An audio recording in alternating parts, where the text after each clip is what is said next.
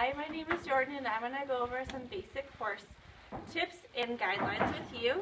First off, as a rider, you always want to dress in riding appropriate clothing. So you're going to want to wear either breeches for English or jeans for Western. You're always going to want to make sure you have a boot with a 2-inch heel on it.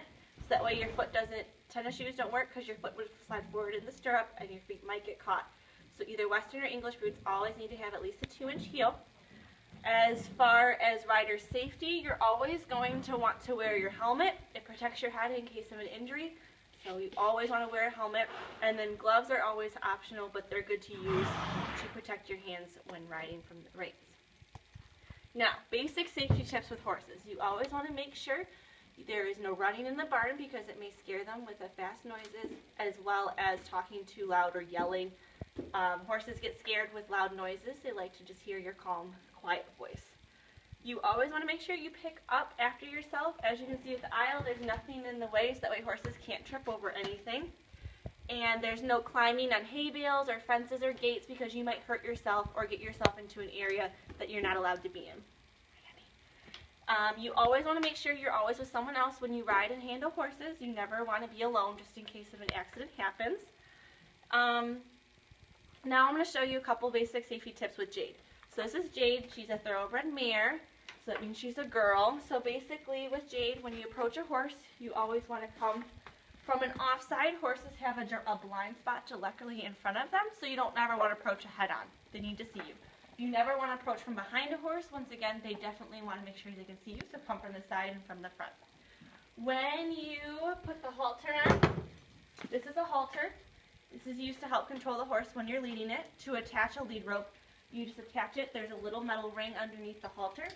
You clip it to it, and that's how you always lead a horse. You never want to lead a horse without a lead rope and just by the halter in case they decide to run away or something. You have extra footage where if you're just hanging on here, you might hurt yourself.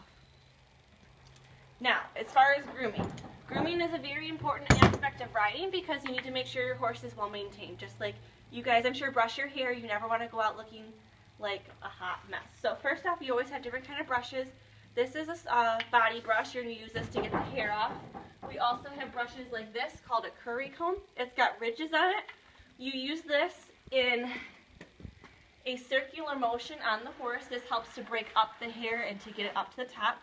Once you do the whole body with the curry, then you're going to take your soft brush and use it to flick away all the loose dander and hair. This is a hoof pick. You use this to clean out your horse's feet. It's very important to clean out your horse's feet so no rocks or sharp objects get lodged underneath. It's like when you guys, if you're running or you're walking, you have a rock in your shoe, it's not comfortable. So it's the same with the horse. So when you're cleaning a horse's feet, all you do is you run your hand down their leg. They'll pick up their foot for you. You use the sharper end here to just pick out their feet and get all the stuff out. And you can even use the brush for some of them just to make sure you get a really good job of that. So that's grooming. Now there's two kinds of tack. We have English tack here. This is what you use for your jumping type events. And then we also have Western tack here, which is used for more like bale racing and cow work and things like that. I like to call this the comfy saddle. It's a lot of room for your butt, as you see. A lot of room, very comfortable. This, not so much, but it still is comfortable. As far as other equipment, we have saddle pads here. So these go underneath your saddle. Then you have types of girths. This is the belly band, or like the belt that holds the saddle on. This is an English type girth that's a little bit longer. And then over here, this is a Western girth, or a cinch. It's a little bit shorter, but that's what those ones look like.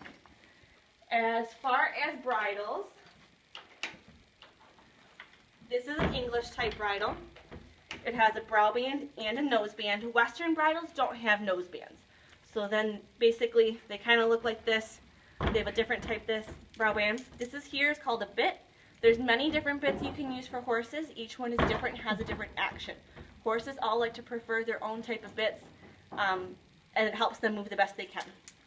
So that's your bridle. So like I said, we have our bridle, we have our brow band, our nose band, the bit here, and then these here are the reins, and these are what you use to control or steer the horse.